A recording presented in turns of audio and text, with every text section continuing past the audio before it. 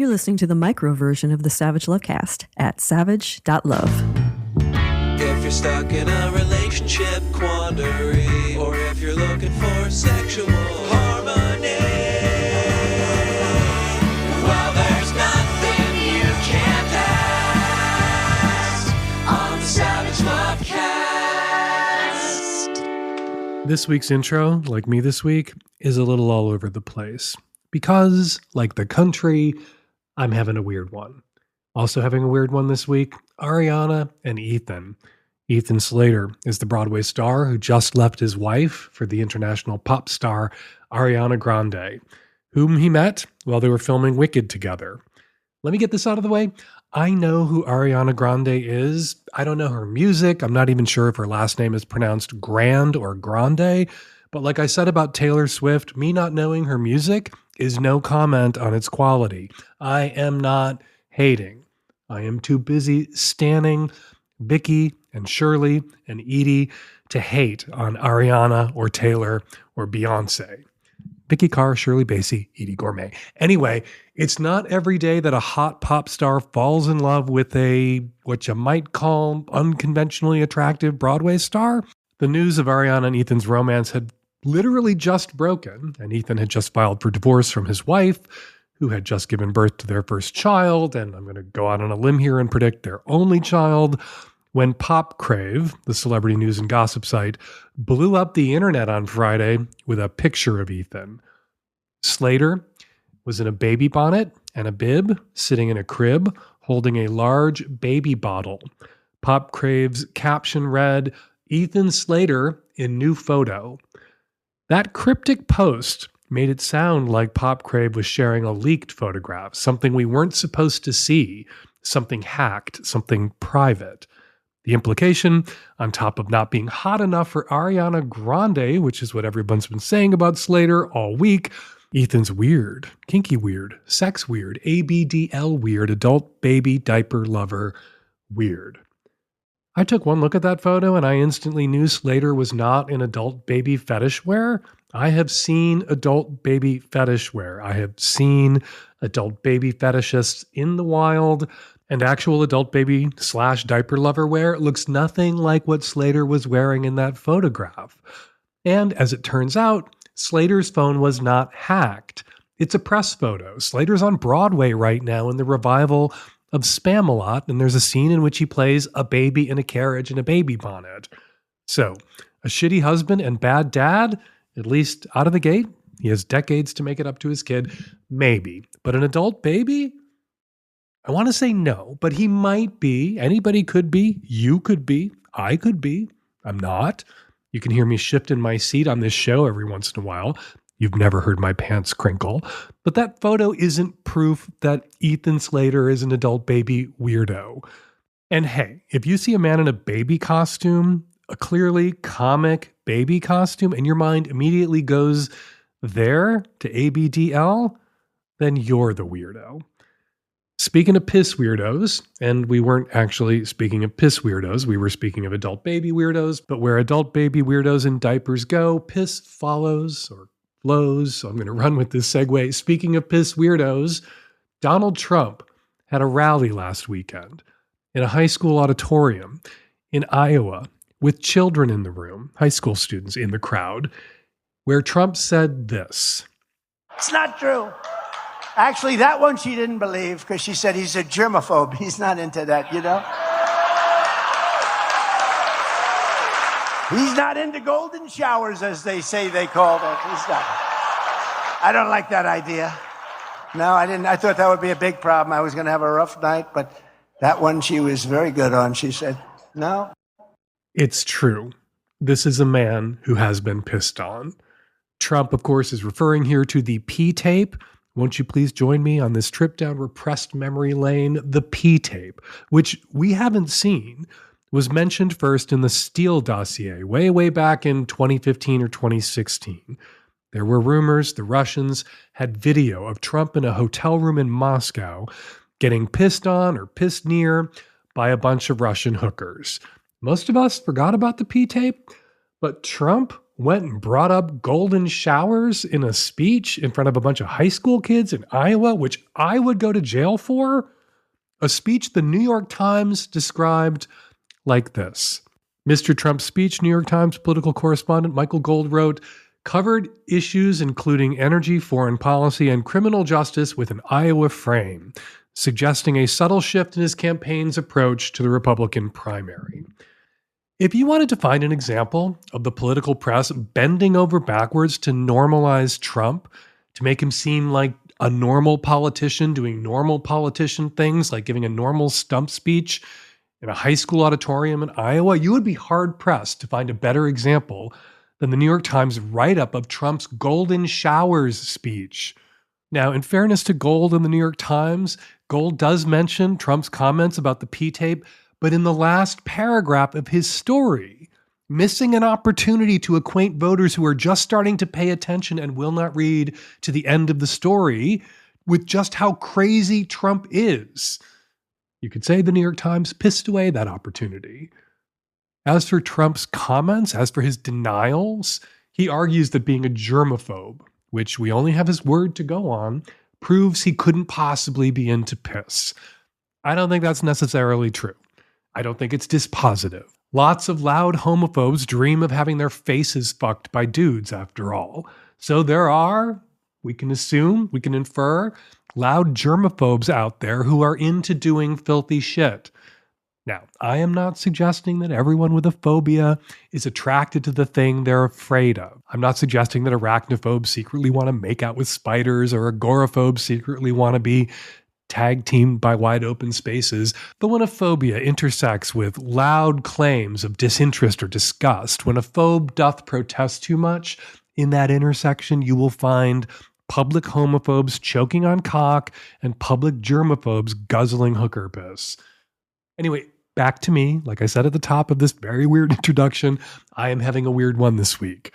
Not just because Donald Trump forced me to think about his P-tape that definitely exists out there somewhere and that we will definitely see one day.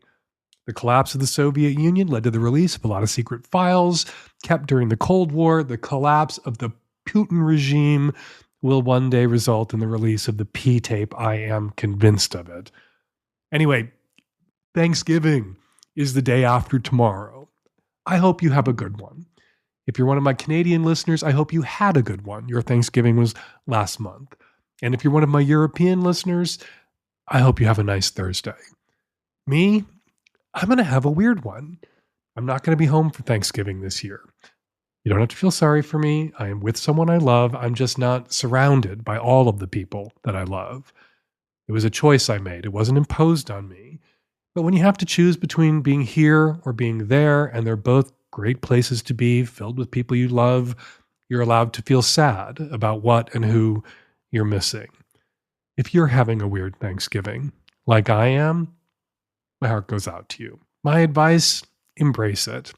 If you're alone, go out. Find a place that's open on Thanksgiving, maybe a place that isn't serving Thanksgiving dinner, and have a feast of your own. Sometimes when you're having a weird one, it helps to be around other people who are also having a weird one. I'm not alone this Thanksgiving, but there have been times in my life when I was alone on holidays, important days, birthdays. And I always found that being alone with other people who were also alone, even if we weren't talking to each other, just being alone together made me feel less alone. And hey, if you can swing it, pick up someone's check just for the fuck of it. That'll remind you to be thankful that you can swing it, and it'll give the person whose check you picked up something to be thankful for, namely you. All right, coming up on today's show on the Micro, tons of your Q's, lots of my A's, and on the Magnum, Savage Lovecast, marriage and family therapist Vienna Pharaon.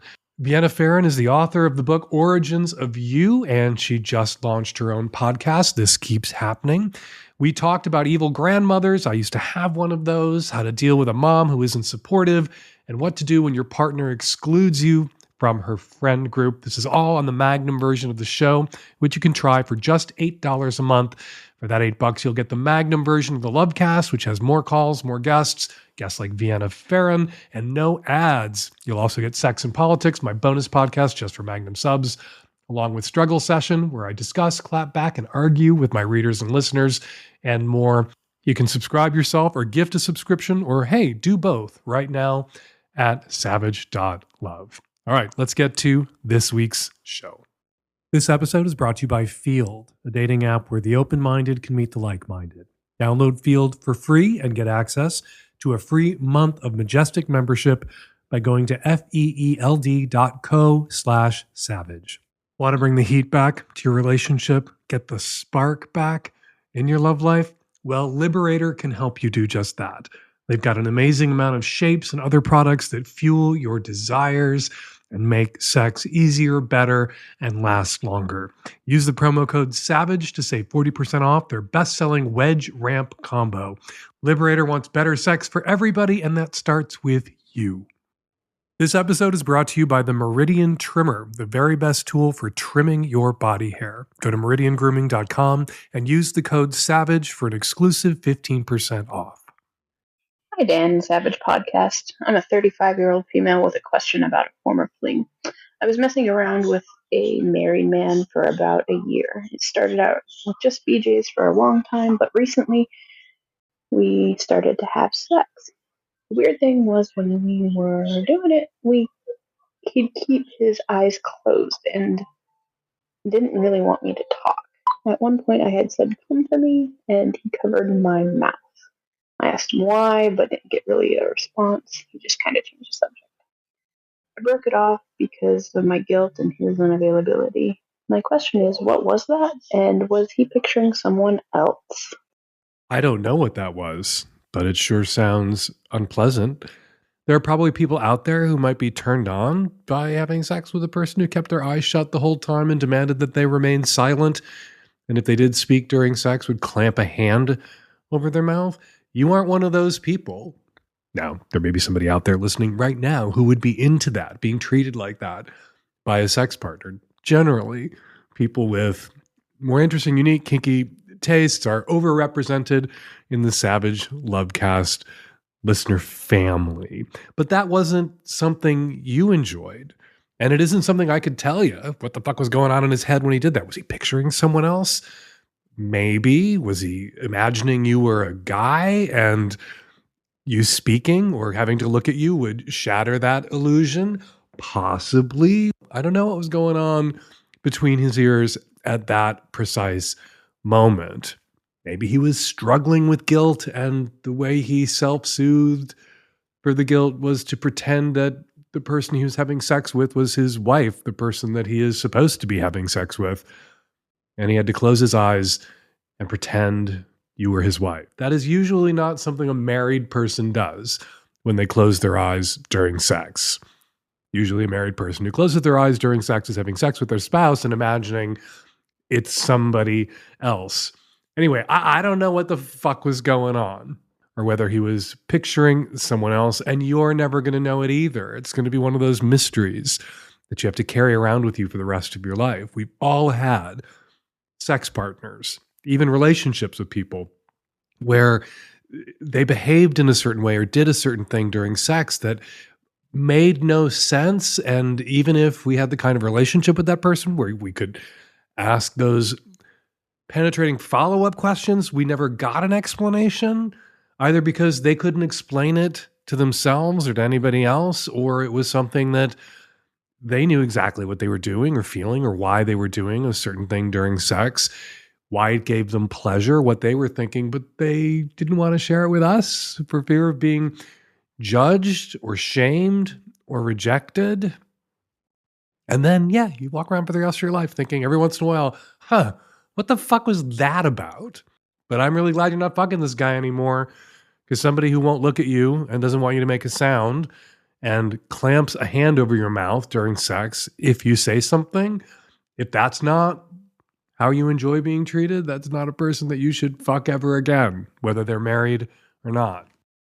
Hi, Dan. I'm a pansexual cis female in her mid-30s, and I started sleeping with a new male sex partner about 2 months ago in August. He's super GGG, awesome human being. Our sex is so fire. We started out using condoms and then had the discussion about having unprotected sex pretty early on. And for me, that requires us both having a negative STI test as well as agreeing to use condoms if and when we sleep with anyone else. Though neither of us had any other reported concurrent sexual partners at the time. He was super receptive to that. He got tested by his doctor, but results took like 4 weeks to come back. So during that time, we continued to diligently use condoms and sort of building suspense, doing all the right things, at least so we thought. He gets his results back negative, and then we have unprotected sex. And a week later, I get what I think are UTI symptoms, but I test positive for both a UTI and gonorrhea. The last test I had was a month prior in July after my last partner, at which point he and I both tested negative for all STIs, and I hadn't been with anyone since until this new fire dude. Though I did use a new Kegel weight, so it's possible I didn't wash it thoroughly enough, and my vibrator, which was not exposed to anyone else. My question is, how did we both test negative and then I get gonorrhea anyway? During that month of waiting, he says he wasn't with anyone else, and I do trust him to be safe even if he was. Maybe that's naive. I don't know. I know gonorrhea can hang around without symptoms, and I know urine tests aren't the most reliable. What do you think happened here? Side note, should I throw out my vibrator and all exposed toys? This recently came up in struggle sessions, somebody coming down with gonorrhea mysteriously, and the answer seemed obvious to a couple of physicians and nurse practitioners who wrote in. When we go in for gonorrhea tests, typically, most doctors, they test our genitals, our vagina, our penis. They do the penile swab or the urine test. That they don't test our throats, and gonorrhea can live in your throat. So you guys did everything right. You got tested, but did you get the right tests? And did you get all of the tests? Did you get a full screening? Not just of dick and pussy, but also of ass if you have butt sex and throat if you have oral sex. Gonorrhea can live in your throat. It could live in his throat. So if he tested negative for gonorrhea in his genitals, didn't have it in his dick, but the doctor where he got his STI screening didn't swab his throat, the gonorrhea could have been hiding there. And then when this guy who is fire sex did what all guys with female partners who are fire sex do and ate your pussy and went down on you, that's where this exposure could have possibly, most likely, Occam's razor, this shit, probably that's the transmission route here. The gonorrhea made the jump from an oral infection in him to a genital infection in you. So he needs to go back to the doctor, assuming he didn't get treated for gonorrhea after you came down with gonorrhea and got treated. I hope he got treated, but if he didn't get treated, he needs to get an oral swab and get tested orally for oral gonorrhea.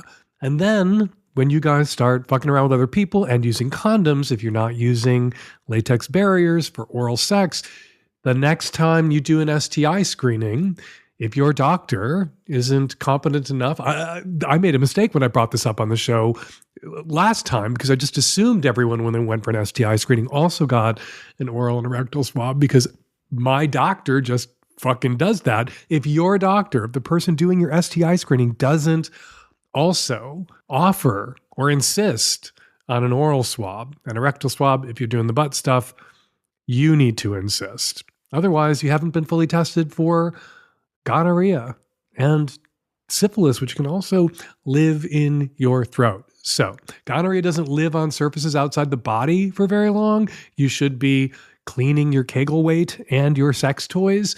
You should buy quality sex toys, the kinds that you can throw into the dishwasher or boil on the stove and really sterilize, but they weren't the source of this infection. My money is on. I am 100% certain that your boyfriend's throat was the source of this infection. Don't throw your toys away. Don't throw him away. Just the next time you guys get tested, get everything tested.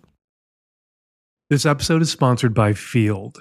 As it turns out, people do change. It happens all the time on Field, a dating app for the curious.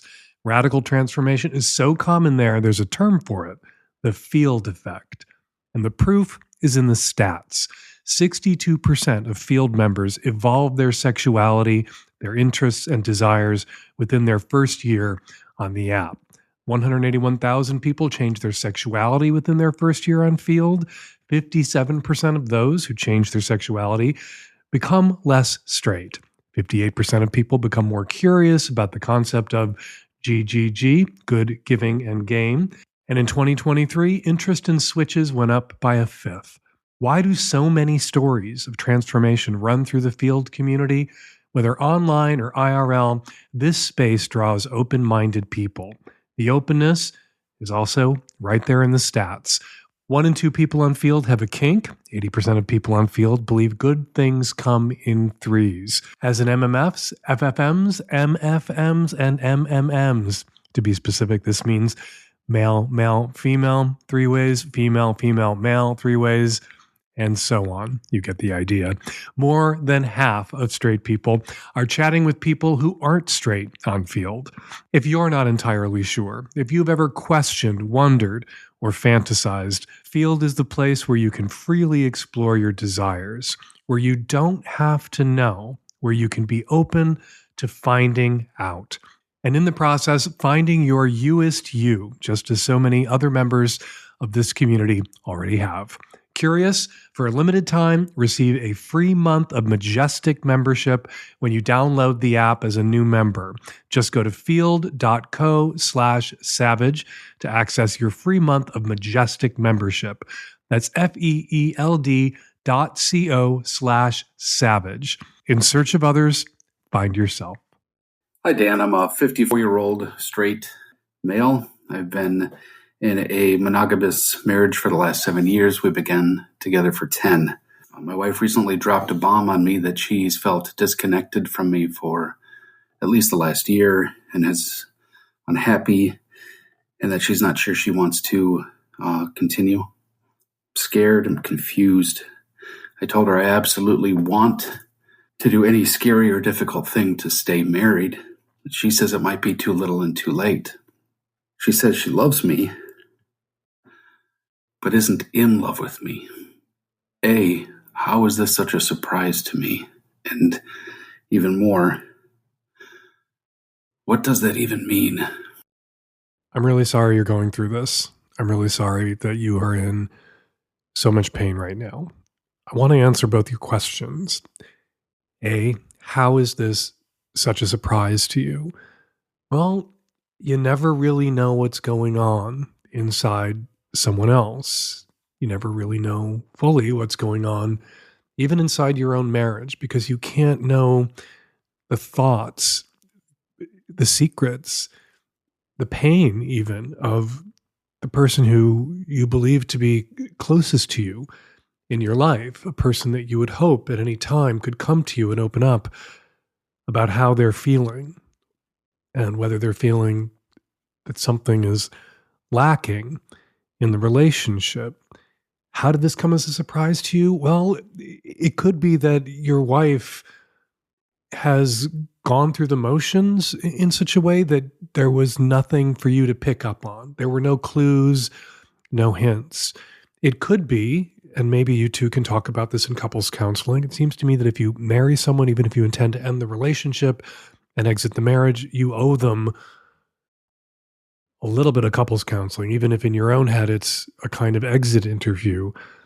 Maybe you were taking her for granted in ways. Maybe there are things that you weren't aware that you were doing wrong that were landing wrong, that were hitting her in the wrong way or negatively impacting her. Or maybe, as it sometimes just happens, she fell out of love with you, out of that romantic love that people refer to when they talk about being in love.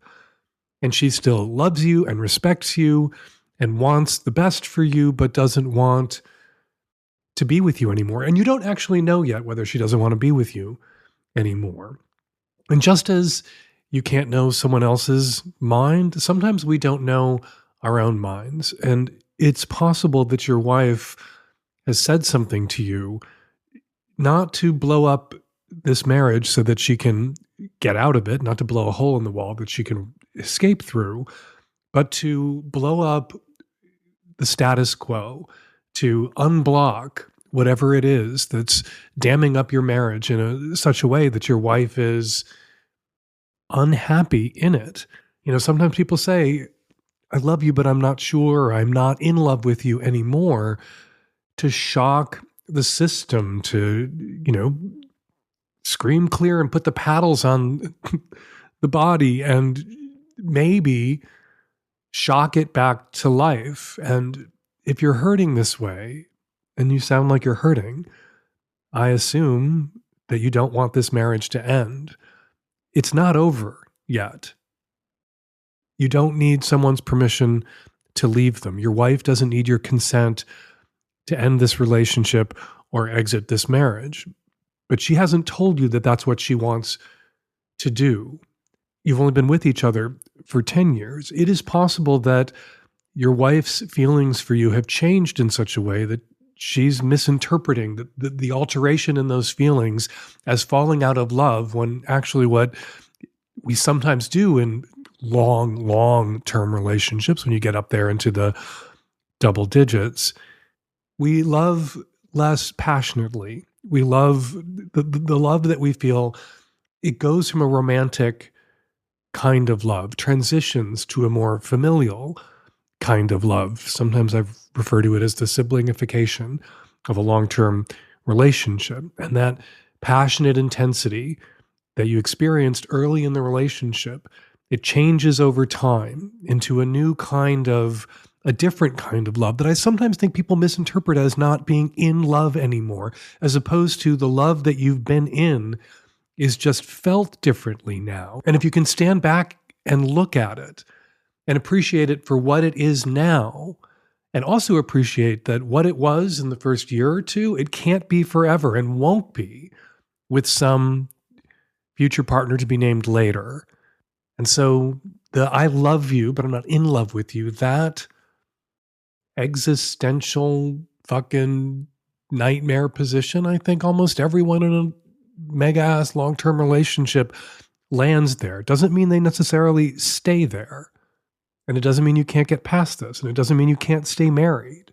But I often feel that people misdiagnose love changing, as it does inevitably over the long term in a romantic relationship, for love dying or expiring somehow. And that if you love someone, if you love a spouse differently 10, 20 years in than you did 10 weeks in or 20 months in, that you don't love them at all anymore. That difference that we can perceive is somehow a sign that the love has died. And maybe it hasn't. Maybe it just, maybe it still has a pulse, but you're going to have to check a different wrist, or it has a different kind of pulse because it's a different kind of love. Here on the Savage Lovecast, we're always talking about ways to improve your sex life and your relationships. There's no better way to literally deepen your connection and get creative in the bedroom than by adding Liberator to your erotic playground. You want a sexual sanctuary where sex is more comfortable, where your desires know no boundaries, and where your bedroom becomes the playground of your dreams? That's the kind of pleasure Liberator brings to the table, or the mattress, or the floor, or the dungeon. That's why Liberator has been hailed as the greatest invention for sex since the bed. If you're tired of the same old, and you're craving new ways to get intimate, Liberator sexual positioning shapes and love loungers are what you need. And Liberator has everything for your bedroom, including bondage accessories and squirt-proof throws, plus a curated collection of trending sex toys and innovative toy mounts. Liberator right now is giving 40% off their best-selling wedge ramp combo to our listeners just for being our listeners. Act fast. Use the promo code SAVAGE on their website. 1 million satisfied customers and growing speaks volumes about these sex positioning shapes. They've got all the goods for greater stamina and deeper penetration with dense support and exceptional comfort. Deck out your sex room or your bedroom right now by heading on over to liberator.com to check it out and use the promo code SAVAGE to get 40% off their best-selling wedge ramp combo. Liberator is the ultimate bedroom adventure gear and a proud sponsor of the Savage Lovecast. Hi, Dan. I'm a woman in my early 30s.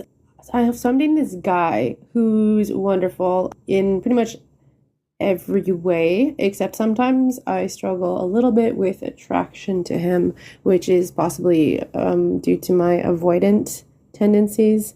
I don't really tend to be attracted to people who are available, so I don't know if this plays into it. But my issue is that when we're together, you know how couples do things that are kind of cute to each other, like make little cute sounds or have like a cute language? So I do this with every relationship I have, and I know that when I do these little cuteisms, he finds it cute. However, when he does the same ones, it's not cute at all. He puts a kind of spin on it where it just, I think the only way I can do this is to imitate it. So basically I'd be like, meh, or like, meh, like cute little sounds. I mean, in my opinion, obviously everyone has their own thing. But then when he does it, it's like, meh, like, meh. And it just is so weird. I've tried talking to him about this once before, being like, hey, like I don't find it super cute when you do that. But honestly, it ruins a lot of our otherwise cute cuddle moments because he'll make these sounds and it just turns me off and makes me struggle with the idea of being with him long term if he's always going to be like this. Is this a case of both of us being right and maybe just a compatibility thing? Or would it be fair for me to ask him to maybe dial it back a little bit when we're cuddling? It seems weird to try and change him. I'm just going to set aside my doubts here and assume that when you make these little squeaks and squawks, it is adorable and that you're right. When he makes these little squeaks and squawks, these cutisms or attempts to make cutisms like the cutisms you've been making at him, it's annoying as fuck. All right, well, what do? Well, if you tell yourself you're never allowed to ask somebody that you're dating to make a tiny tweak, adjustment, a tiny little change, eventually this thing is going to annoy you so much that you're going to end this relationship. It's going to get under your skin to the extent where you're already having trouble tapping into what it is you find attractive about this person because of your avoidant personality, avoidant relationship style.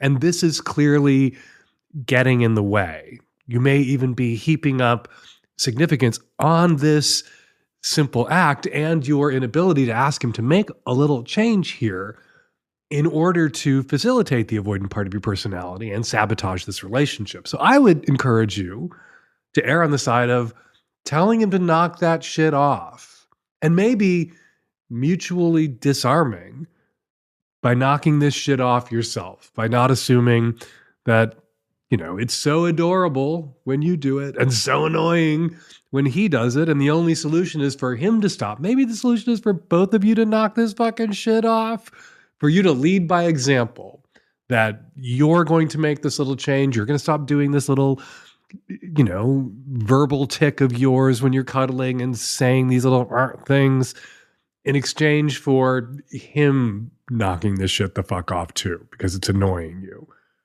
The bigger question here, of course, is what changes are we allowed to ask our partners to make for our comfort? And people will say things like, honesty is the best policy. And that's mostly true. And people will say things like, you shouldn't have to change for someone. And someone who loves you should never ask you to change anything about who you are. And then you actually get into a relationship, and a lot of what being in a relationship in the early stages is about is asking for minor adjustments, tweaks, changes that aren't about, you know, altering body shape, body sizes, getting tit implants, cutting friends out. Not like that.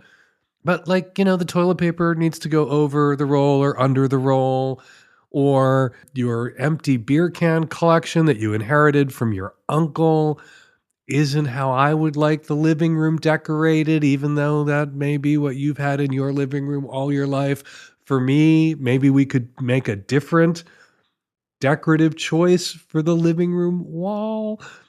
These kinds of negotiations, this kind of give and take. I'll make this little change, you make that little change. That's part of what being in a relationship is about. And you're not asking him to cut off his right hand. You're asking him not to make these icky, awkward grunts and squeaks when you're cuddling, because it throws you out of it. And it isn't having the intended effect. He's doing these things in the hopes that it is somehow endearing to you. And it is not endearing to you.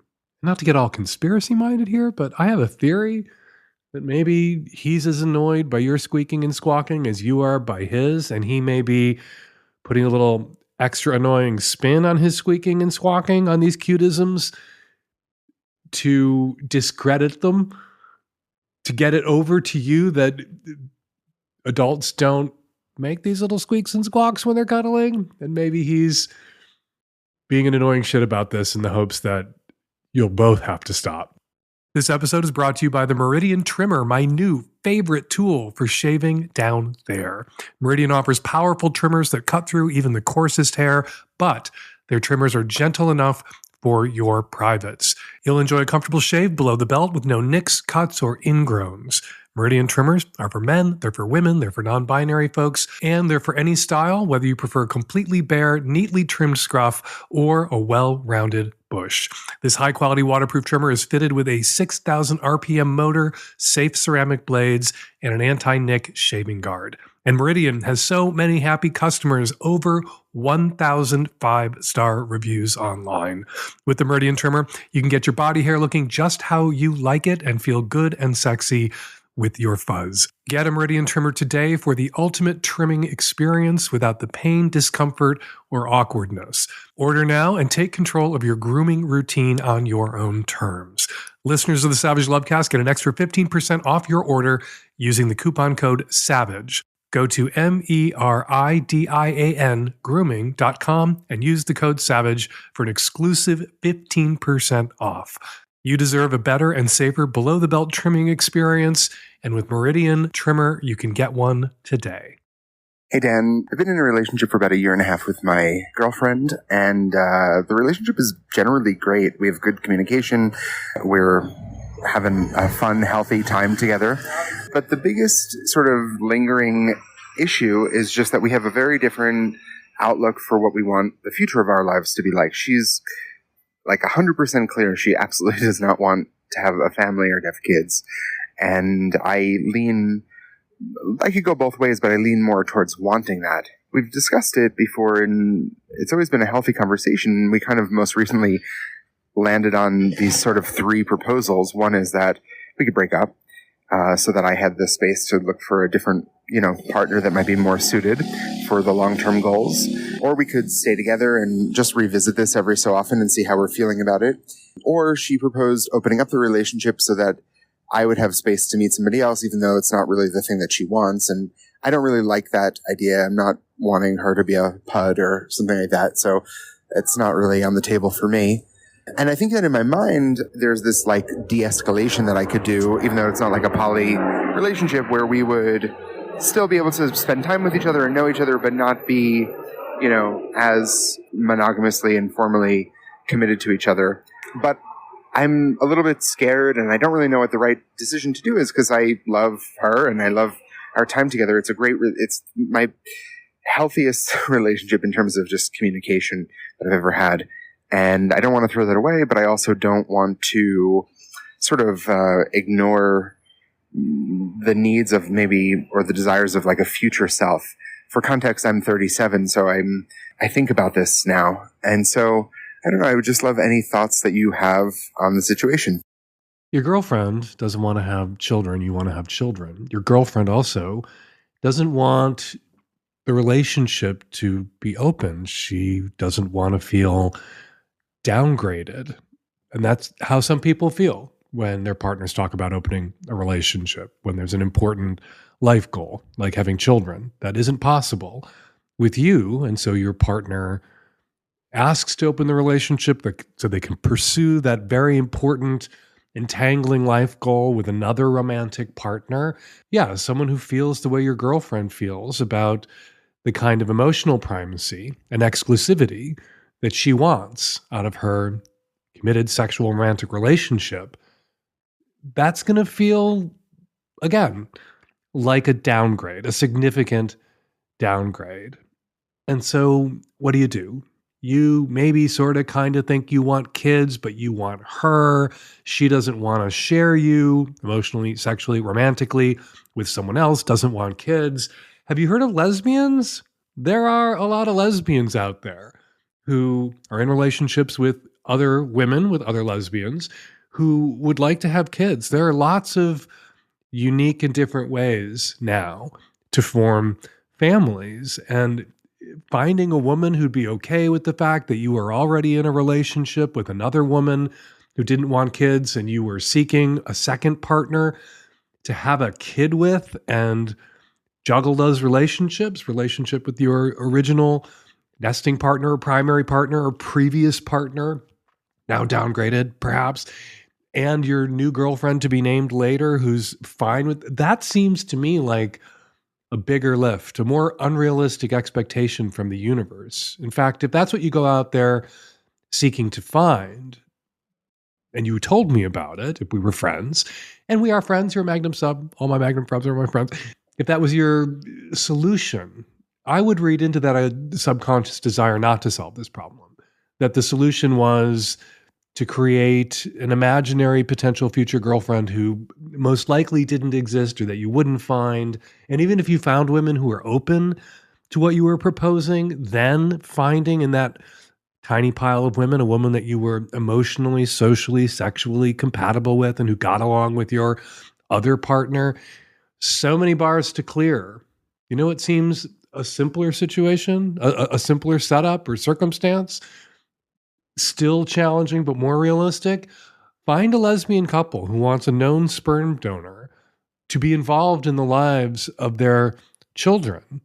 You know, that dad, you're the only dad, you would be acknowledged as the father, but the role you would play, more glorified uncle and child care backup plan.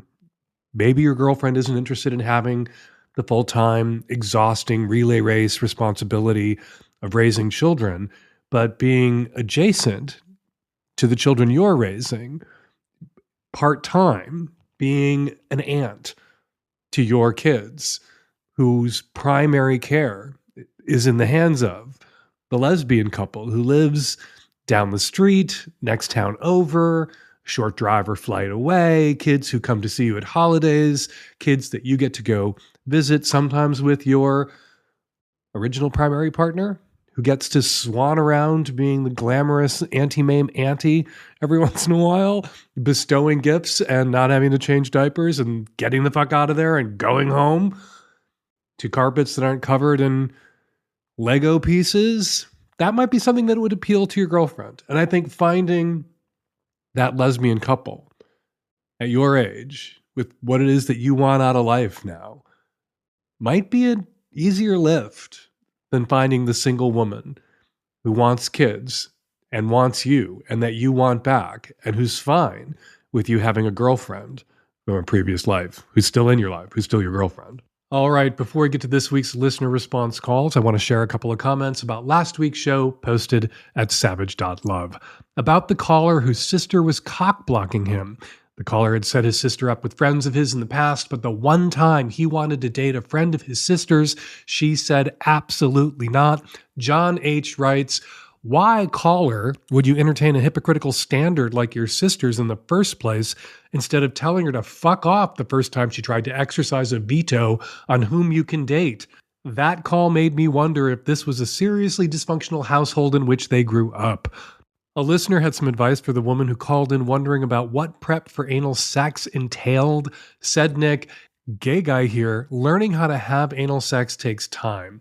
I tried douching, it made anal sex painful. Over time, I learned to listen to my body instead and only have anal sex when naturally ready. Diet is everything, eating the right foods, not starving myself, fiber supplements occasionally.